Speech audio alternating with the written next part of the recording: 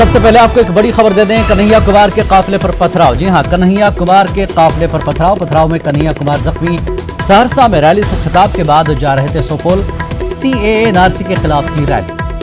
CAA NRC के खिलाफ rally से वापस हो रहे थे सहरसा। रैली से खिताब के बाद सुपौल जा रहे थे कि कन्हैया कुमार के काफिले पर पथराव किया गया। पथराव में कन्हैया कुमार जख्मी हुए हैं। बड़ी खबर इस वक्त की, कन्हैया कुमार पर पथराव किया गया है। सहरसा में रैली से खिताब के बाद सुपौल जा रहे थे। सीएए एनआरसी के खिलाफ ये रैली।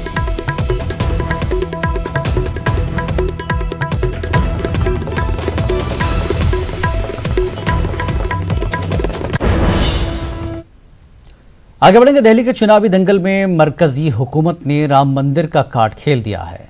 इंतखाबी ज़ाब्ते अखलाक के चलते वज़ीर आज़म जो ऐलान तशरीह इजलास में नहीं कर सके, वो उन्होंने लोकसभा में कर दिया।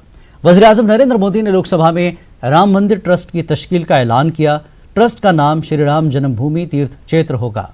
इस ट्रस्ट को मंदिर की तामीर के लिए 67.03 एकड़ जमीन दी जाएगी, जबकि सुन्नी वक्फ बोर्ड को मस्जिद की तामीर के लिए 5 एकड़ जमीन दी जाएगी।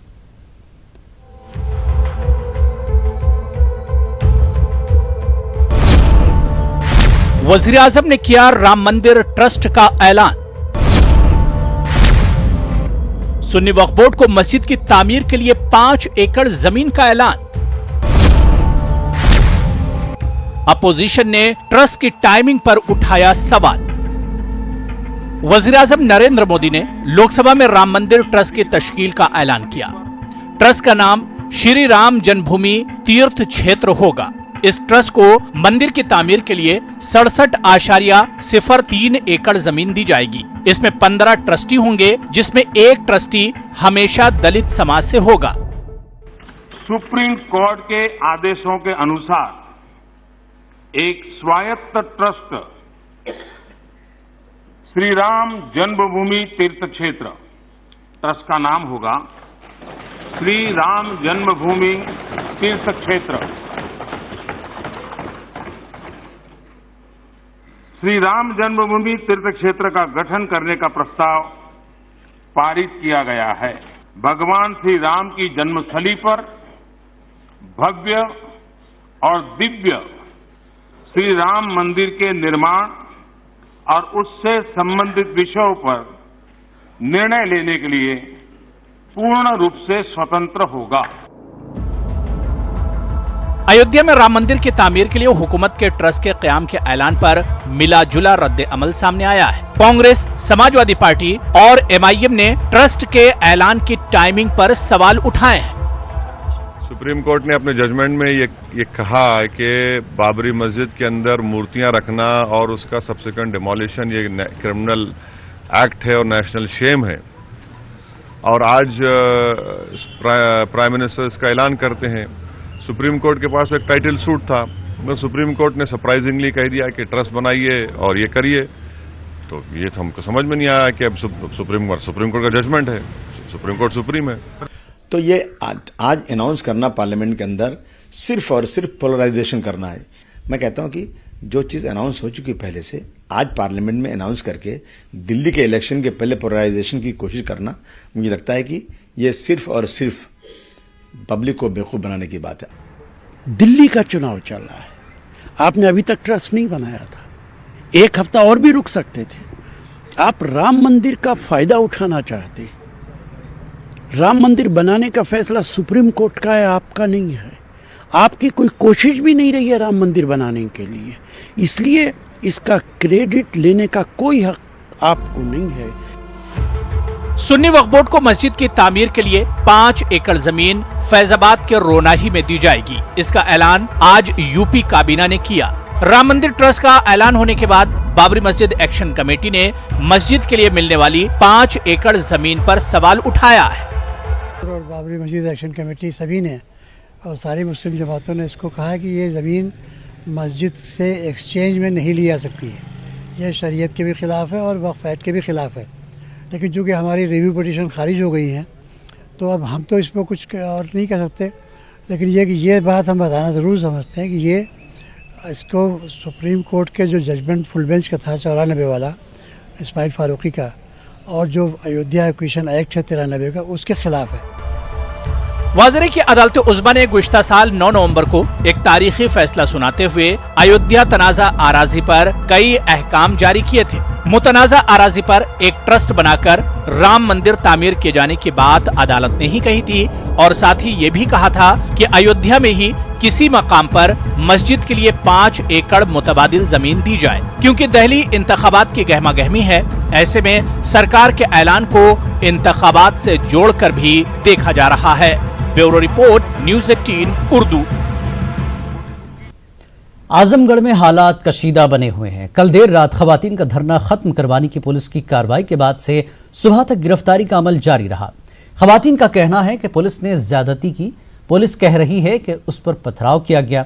एक खातून समेत 19 की गिरफ्तारी के बाद भी पुलिस का कहना है कि सैकड़ों अफराद की पुलिस को तलाश है। देखिए रिपोर्ट।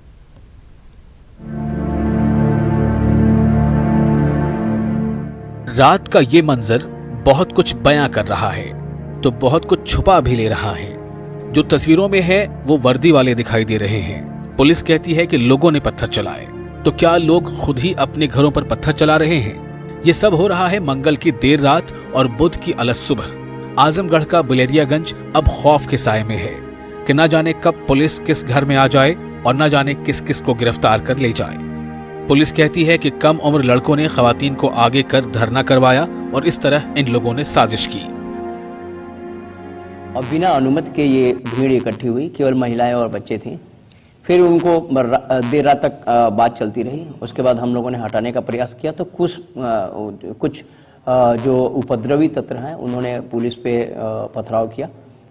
आंसू गैस हम लोगों को प्रयोग करना पड़ा और उसके बाद वो भाग गए। उसमें 18 लोगों को गिरफ्तार किया गया। कुल 19 लोग गिरफ्तार हुए हैं और महिलाओं को सुरक्षित रूप से वहाँ से हटा दिया गया था। कि भूमिका थी इस तरह से गुमराह करने में और इकट्ठा करने में औरतों को। उनके ऊपर वो चूँकि फरार हैं, उनकी हम तलाश कर रहे हैं। उन पे 25-25 हज़ार रुपये का हमने रिवार्ड भी रखा है। उनके शीघ्र हम गिरफ्तारी कर लेंगे। ये ऐलान, मसालिहत की ये कोशिश मंगल के रोज की है।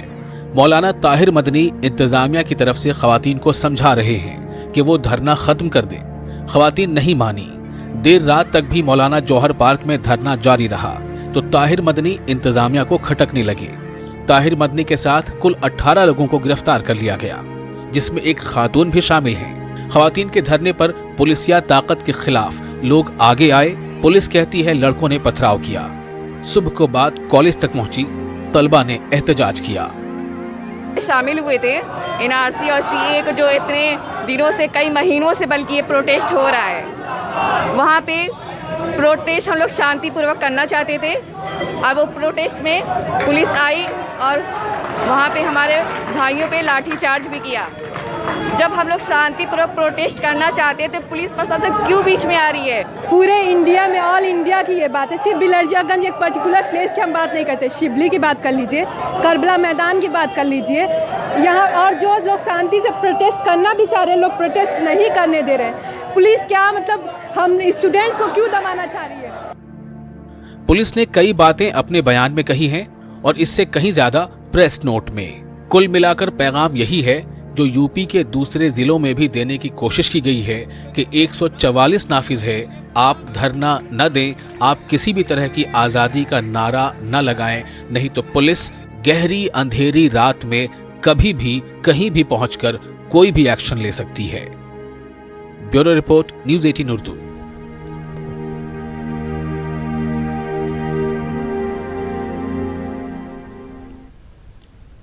बीस दिसंबर को मेरठ तशद्दुद में गोली लगने से 6 अफराद की हलाकत हुई थी, जिनमें से मोहसिन और जहीर की पोस्टमार्टम रिपोर्ट अब मुतासरीन की कानूनी मदद करने वाले वकला के पैनल ने हासिल कर ली है। कानून के माहिरीन के मुताबिक पोस्टमार्टम रिपोर्ट की बुनियाद पर यह नजर आता है कि पुलिस ने सामने से मुजाहिरीन पर गोलियां चलाई, जिसकी जद में आकर इन अफराद की हलाकत हुई। पोस्टमार्टम रिपोर्ट की बुनियाद पर पुलिस कोड ऑफ कंडक्ट के हवाले से वकला के पैनल ने मेरठ पुलिस की कार्रवाई को कोर्ट में चैलेंज किया है। 6 लोगों ऑन रिकॉर्ड की डेथ हुई है। पुलिस ने अभी तक किसी का भी पोस्टमार्टम फैमिली मेंबर्स को, विक्टिम्स के फैमिली मेंबर्स को नहीं दिया है। हमने अपने लेवल से एफर्ट्स करके 2 जो मरहूमीन हैं, जो जिनके मर्डर किया गया है, एक मोहसिन और एक जहीर, इनके 2 पोस्टमार्टम हमने हासिल किए हैं, पोस्टमार्टम की रिपोर्ट। और जो सीआरपीसी और पुलिस रेगुलेशंस में फायरिंग के कायदे कानून दिए गए हैं, उनकी वायलेशन किया गया है। जबकि अगर सेल्फ डिफेंस भी एक बार को मान लिया जाए तो सेल्फ डिफेंस के कुछ कायदे कानून है, जिसमें मेन कायदा ये है कि जितना सामने से अटैक हो रहा हो उससे कम लेवल का अटैक हो और वाइटल पार्ट को छोड़ कर हो। लेकिन दुख की बात यह है कि दोनों पोस्टमार्टम में, एक पोस्टमार्टम में हेड पे गोली मारी गई है, हेड इंजरी है, और दूसरे पोस्टमार्टम में हार्ट पे गोली मारी गई है। हमें धमकियां दी जाएं, हमारे ऊपर लाठियां बरसाई जाएं, या हमें जेलों में डाला जाए, हम यहां से उस वक्त तक नहीं हटेंगे जब तक हुकूमत CAA NRC को वापस नहीं लेती। ये मानना है लखनऊ के घंटा घर पर धरना दे रही खवातीन का। बाजार के कुछ नकाबपोश शरपसंद अनासर ने लखनऊ में धरना दे रही खवातीन को जान से मारने की धमकी दी है। पेश लखनऊ से तारिक कमर की यह रिपोर्ट।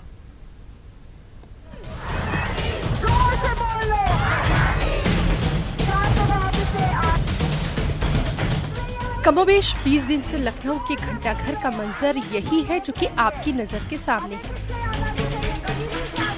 धरने पर बैठी खवातीन के चेहरे और लिबास बदलते हैं, औकात में तब्दीली हो जाती है, लेकिन मकासद में कोई तब्दीली नहीं, अज़ाइम में कोई लचक नहीं।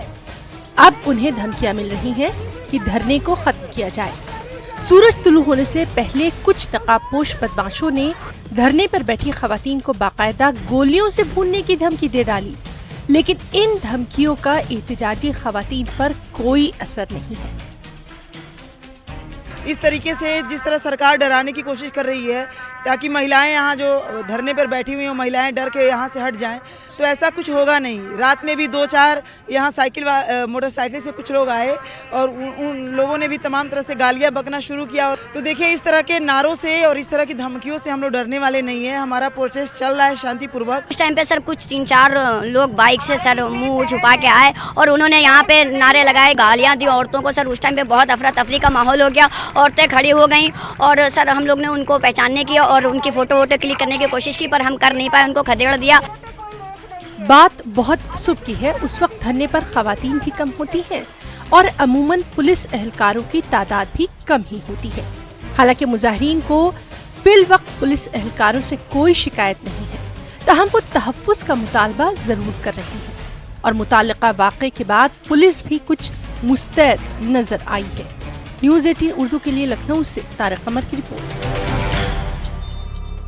नाज़रीन, आपने देखा कि लखनऊ के घंटा घर पर मुजाहिरा कर रही ख़वातीन क्या मुतालबात कर रही हैं। इन ख़वातीन को डराया धमकाया जा रहा है, इन्हें धमकियां दी जा रही हैं कि इस मुजाहिरे को, धरने को ख़त्म कर दिया जाए। लेकिन इन्होंने ये अहद कर रखा है कि जब तक हुकूमत इनके मुतालबात नहीं मानती है, किसी मुस्बत रद्द-ए-अमल का इजहार नहीं करती है, उस वक्त तक ये मुजाहिरा, ये धरना जारी रहेगा। कैमरामैन गुलजार अहमद खान के साथ न्यूज़ 18 उर्दू के लिए तारिक कमर, लखनऊ। कानपुर में शहरियत तरमीमी कानून के खिलाफ शाहीन बाग की तर्ज पर 7 जनवरी से खवातीन का एहतजाज लगातार जारी है। कानपुर शहर के मोहम्मद अली पार्क में हजारों की तादाद में खवातीन इस धरने में शामिल हैं। खवातीन का इल्जाम है कि कुछ लोग इन्हें यहां से हटाने की पुरजोर कोशिश कर रहे हैं, लेकिन जब तक मुतनाज़ा कानून वापस नहीं लिया जाता हम लोग नहीं हटेंगे। कानपुर के इस धरने को 1 महीना होने वाला है। इंतजामिया की तरफ से कोई भी खवातीन से बात करने नहीं आया है। शहर शहर शाहीन बाग, जी हाँ, दिल्ली की तरह कानपुर में भी मोहम्मद अली पार्क शाहीन बाग बन चुका है। आज 29वें दिन भी यहाँ पर धरना प्रदर्शन जारी है। आप देख सकते हैं किस तरह से यहाँ पर धरना प्रदर्शन जारी है, जो लगातार चल रहा है। यहाँ पर CAA और NRC को लेकर लगातार महिलाएं मौजूद होती हैं। कई बार जिला इंतजामिया के जानिब से इन्हें हटाने का प्रयास किया गया, यहाँ के टेंट को उखाड़ फेंका गया और लाइटों को तक हटा दिया गया, लेकिन यहाँ की महिलाओं ने अपने इंतजामात से यहाँ पर चीज़ें इकट्ठा की, टेंट बनाया और यहाँ पर लगातार प्रदर्शन को जारी रखा। वहीं कल ऐसा सुनने में मिला कि कुछ लोग जो नामालूम अफराद थे वो यहाँ पर आए और इन्हें हटाने की कोशिश की, लेकिन इन लोगों ने उन्हें जवाब दिया और उन्हें वहाँ से भगाया। आइए हमारे साथ कुछ लोग मौजूद हैं, आइए उनसे बात करते हैं कि आखिर कल क्या हुआ था जब कुछ लोग आए थे और इन्हें धरना ख़त्म करने की बात कह रहे थे। यहाँ पर कुछ लोग कल आए थे, वो कौन लोग थे और क्या कह रहे थे आपसे? यहाँ पे जो लोग आए थे वो लोग यहाँ पे जो माइक एक लगा हुआ था वो अभी तक फिलहाल लगा हुआ था। कल वो लोग आए, उन लोगों ने सबसे पहले यहाँ के गेट पे बैनर लगा दिए कि लोग अंदर ना पाए, लेकिन औरतें नहीं मानी, औरतें अंदर आई। कुर्सी वालों को, जो लोग कुर्सी देते थे टेंट वाले, उनको मना कर दिया कि यहाँ कुर्सी नहीं दी जाएगी, नहीं तो उन लोगों के ऊपर कार्रवाई करवाएंगे। माइक बंद करवा दिया गया, माइक का तार काट दिया गया, यहाँ से स्पीकर वगैरह सब उठा के लेके चले गए। एक चीज और पता चली है कि यहाँ पर जो मर्द यहाँ पर मदद कर रहे थे उनको भी धमकाया गया, पुलिस ने उन्हें भी धमकी दी। जी हाँ, यहाँ पे जो हमारे भाई, छोटे भाई और हमारे भाई गद्दे वद्दे बिछा देते थे, थोड़ी हमारी मदद करते थे, उनको धमकाया जा रहा है। उनको धमकाया जा रहा है कि उनके नाम FIR कराई जाएगी, उनका नाम आ जाएगा और इस वजह से उनको हटाया जा रहा है। उनके लिए दफाएं लगाई जा रही हैं और उनके नाम पहले भी जा चुके थे और फिर उनको धमकाया जा रहा है, फिर उनको घबराया जा रहा है। वो थोड़ी बस हमारी मदद कर देते थे, गद्दे बिछवा देते, कुर्सियां फैला देते थे, कुर्सियां मनाही कर दी जा चुकी हैं। टेंट वालों को रोक दिया गया कि कोई भी टेंट वाला ना दे, स्टेज हटवा दिया, सब कुछ। यहाँ पे हम लोग को बहुत ज़्यादा परेशान किया गया, बहुत दबाव रहा हम लोगों के ऊपर, लेकिन हम लोग हटेंगे नहीं, हटने को एकदम तैयार नहीं है। एक चीज ये कि प्रदर्शन के दौरान जामिया में और शाहीन बाग में गोली चली, उस पर आपका क्या कहना है? ऐसे लोग गलत है, वो गलत है, वो बिल्कुल गलत है। उसके लिए ऐसा कुछ हुआ ही नहीं है, वहाँ कुछ और यहाँ पर भी नहीं है। देखिए कल हम लोग मौजूद थे, यहाँ पर जो हम लोगों के साथ किया गया, खामोश रहे और हम लोग प्रदर्शन अपना धरना दिए रहे, लेकिन बहुत ज्यादा क्या उस पर पेपर में छाप दिया कि साहब चप्पल जूते चले। बताइए हम लोग, अरे मेरे भाई और मेरे बच्चे ही जो हम लोग, उन लोगों को बाहर कर दिया गया था। अच्छा कब तक जारी रखेंगे ये प्रदर्शन आप लोग? आपकी जब तक ये NRC NPR CAA वापस नहीं लिया जाएगा तब तक हम लोग अपनी जगह से नहीं हटेंगे, क्योंकि प्रोटेस्ट करना हमारा। जिस तरह से साफ तौर से महिलाओं का कहना है कि जब तक ये यहाँ से नहीं हटेंगी, जब तक CAA कानून वापस नहीं लिया जाएगा, इसी तरह से ये प्रदर्शन जारी रहेगा। कानपुर से संदीप सविता, न्यूज़ 18 उर्दू। कानपुर में 31 जनवरी को पुलिस ने 5 लोगों को गिरफ्तार किया था, जिन्हें PFI का मेंबर बताया गया और जेल भेज दिया गया। वहीं कानपुर के SSP ने आज मीडिया से कहा कि जांच जारी है। उन्होंने कहा कि PFI के मेंबरान में खवातीन के शामिल होने का भी अंदेशा है। स्टेट वाइड और इंडिया वाइड PFI का नेटवर्क अनर्थ हुआ है, उसमें 5 अभियुक्त हमारे कानपुर के भी पकड़े गए हैं और इंस्टिगेट करने की, फंडिंग की, इन सब तरह की रही है। सभी सूत्रों को, सभी जो भी इनपुट आए हैं अब तक उनको खंगाला जा रहा है, उनके बारे में जानकारी की जा रही है और जब जैसी जानकारी प्राप्त होगी उसके अनुसार इनके विरुद्ध कार्रवाइयाँ की जाएंगी। CAA और NRC के खिलाफ जहां मुल्कगीर पैमाने पर एहतजाजी मुजाहरों का सिलसिला जारी है, वहीं CAA की हिमायत में BJP की ज़ेली तंजीमों की जानिब से भी मुजाहरों का इनेकाद किया जा रहा है। इसी सिलसिले में मेरठ में आज मुस्लिम राष्ट्रीय मंच की खवातीन विंग की जानिब से हाथों में मेहंदी रचाकर अनोखे अंदाज में CAA की हिमायत की गई। CAA का मतलब फुल फॉर्म में सिटीजन अमेंडमेंट एक्ट है। मैं उसी खुशी में मैंने लगाई CAA समर्थन करती हूँ, क्योंकि मेरा नाम भी शाहीन है, तो मैं शाहीन बाग की अपनी बहनों को एक संदेशा देना चाहती हूँ कि वहाँ जो बहनें बैठी हुई हैं, वो बहुत सारी बहनें तो हमारी मासूम भोली हैं। वो लोग, उन्हें डरा दिया गया है, तुम्हारे बच्चे छीने जाएंगे, जेलों में डाल दिए जाएंगे, तो वो डर के मारे बैठ गई यहाँ के। और वो बहुत सीधी सादी भोली भाली महिलाएं हैं, उनको बहकाया जा रहा है। कुछ बहनें ऐसी हैं जो अपने बच्चों के दिमागों में भी जहर भर रही हैं। तो हम महिलाओं को जागरूक कर रहे हैं। शहरियत कानून के खिलाफ मुस्लिम खवातीन की तहरीक का रुख मोड़ने के लिए विश्व हिंदू परिषद ने अपने मंसूबे का ऐलान किया है। विश्व हिंदू परिषद ने शहरियत कानून के खिलाफ सड़कों पर निकलने वाली खवातीन को मुस्लिम समाज में पाई जाने वाली मजहबी पाबंदियों के खिलाफ मुत्तहिद करने का फैसला किया है। VHP के इजलास में कहा गया कि शहरियत कानून के खिलाफ मुस्लिम खवातीन को गुमराह करके सड़कों पर लाया गया है, लेकिन अब इन खवातीन को मुस्लिम समाज में पाई जाने वाले मजहबी बुराइयों के खिलाफ खड़ा किया जाएगा। पेश इलाहाबाद से खास रिपोर्ट।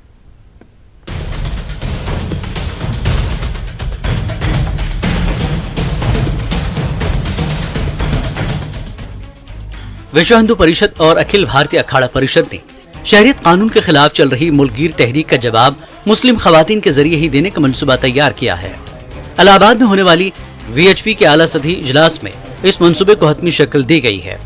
VHP के इजलास में शहरियत मुखालिफ तहरीक का रुख मोड़ने के तरीक़ेकार पर भी गौर खौस किया गया।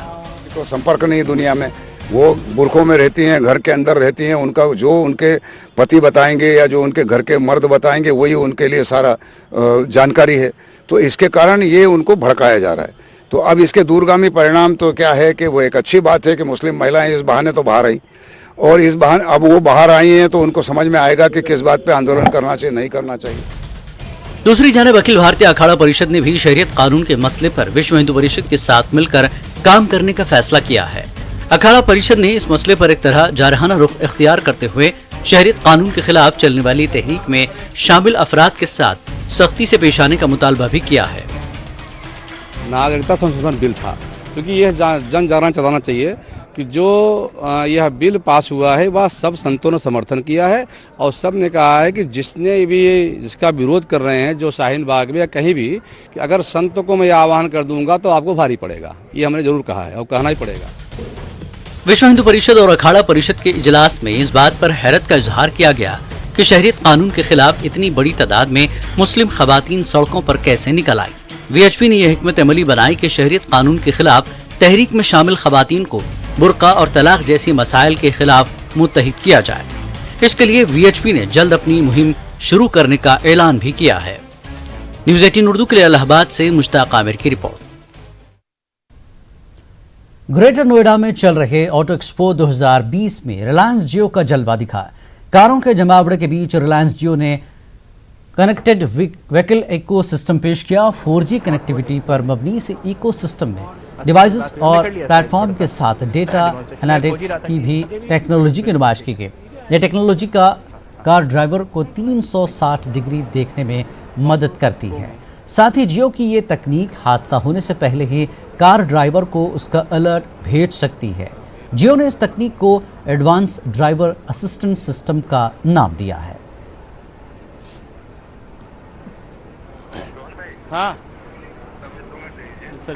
जमाना कनेक्टेड कार्स का है और मोबिलिटी को तकनीक से पूरी तरह से बदल रहा है जियो। हम इस वक्त यहाँ पे जियो के स्टॉल पे हैं, जो कि ऑटो एक्सपो के सबसे इंटरेस्टिंग स्टॉल्स में से है। यहाँ पे अलग अलग तरह के आपको देख सकते हैं एम्बेडेड सिम से लेकर मॉड्यूल्स तक हैं। ये सारी टेक्नोलॉजी यहाँ पे डिस्प्ले में है, लेकिन सिर्फ इतना ही नहीं है, काफी कुछ और है यहाँ पे। ये अलग अलग तरह के पेरिफेरल इक्विपमेंट्स हैं, सेंसर्स हैं, जो कि आपकी मोबिलिटी को आसान बनाते हैं। और सबसे इंटरेस्टिंग यहाँ पे एक डिजिटल कॉकपिट बना हुआ है। ये मेरे सामने जो स्क्रीन आप देख रहे हैं, ये बिल्कुल मोबिलिटी का फ्यूचर है। यहाँ पे रह के आप देख सकते हैं यहाँ पे कई तरह के सेंसर्स लगे हुए हैं, यानी कि ये एक तरह का आपका कॉकपिट है और यहाँ पे आपको अलग अलग तरह के अलर्ट्स आते हैं। यानी कि अगर कोई कॉलिजन होने वाला है उससे पहले आपको एक अलर्ट दिया जाता है।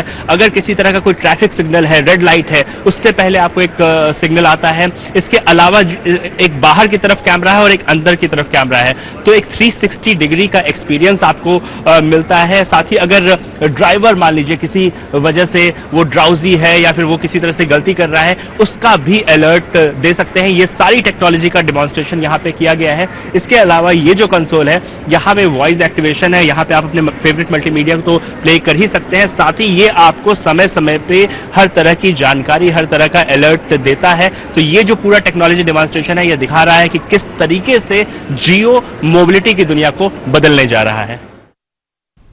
और भाई रुख करते हैं खास बात बिहार का, नजर हेडलाइंस पर। इंतखाबी साल में जारी है पोस्टर वाली सियासत। जेडीयू ने जिन वाले पोस्टर से लालू पर किया हमला, नीतीश राज में तरक्की के दावे। बल्दिया के सफाई मुलाजमीन की हड़ताल के कूड़े के ढेर पर पटना शहर में जगह जगह कचरे का अंबार, आम लोगों को मसाइल का सामना। आर पार के मूड में पटना नगर निगम के सफाई मुलाजमीन, मेयर और काउंसलर्स का मिला साथ, हाई कोर्ट जाने की भी तैयारी।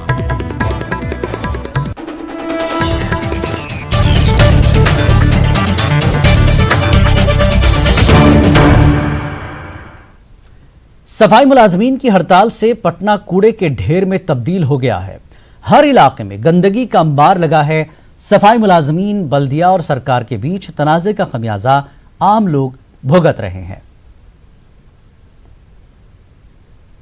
बिहार में 20,000 दैनिक वेतन भोगी है जो नगर निगम, नगर परिषद, नगर पंचायत में कार्यरत है और उसका 1 लाख परिवार इस आदेश से प्रभावित हुआ है। सरकार बेरोजगार को नौकरी देने में सक्षम नहीं है, इनके पास नौकरी नहीं है, और जो दैनिक वेतन भोगी में काम कर रहा है उसको भी ये जो है सो हटाने का आदेश करते हैं। जब तक मांग नहीं पूरा होगा कंपनी वाला के हटावल जाए, आती वाला के रखल जाए, दैनिक वाला के जब तक मांग नहीं पूरा होगा हड़ताल नहीं टूटेगा तो नहीं टूटेगा। इस वक्त की एक अहम खबर दिल्ली से आई है। दिल्ली क्राइम ब्रांच के डीसी हटाए गए। इलेक्शन कमीशन ने राजीव देव को ओहदे से हटाया। शाहीन बाग मामले की तफ्तीश कर रहे थे राजीव देव। राजीव देव पर आप पर इल्जाम लगाने का है मामला। बड़ी खबर, दिल्ली क्राइम ब्रांच के डीसी हटाए गए। इलेक्शन कमीशन ने राजीव देव को ओहदे से हटा दिया है। शाहीन बाग मामले में तफ्तीश कर रहे थे राजीव देव। राजीव देव पर आप पर इल्जाम लगाने का है मामला।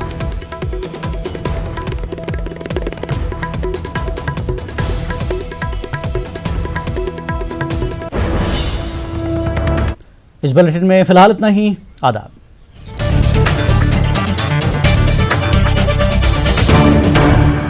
इस न्यूज हेडलाइंस के प्रायोजक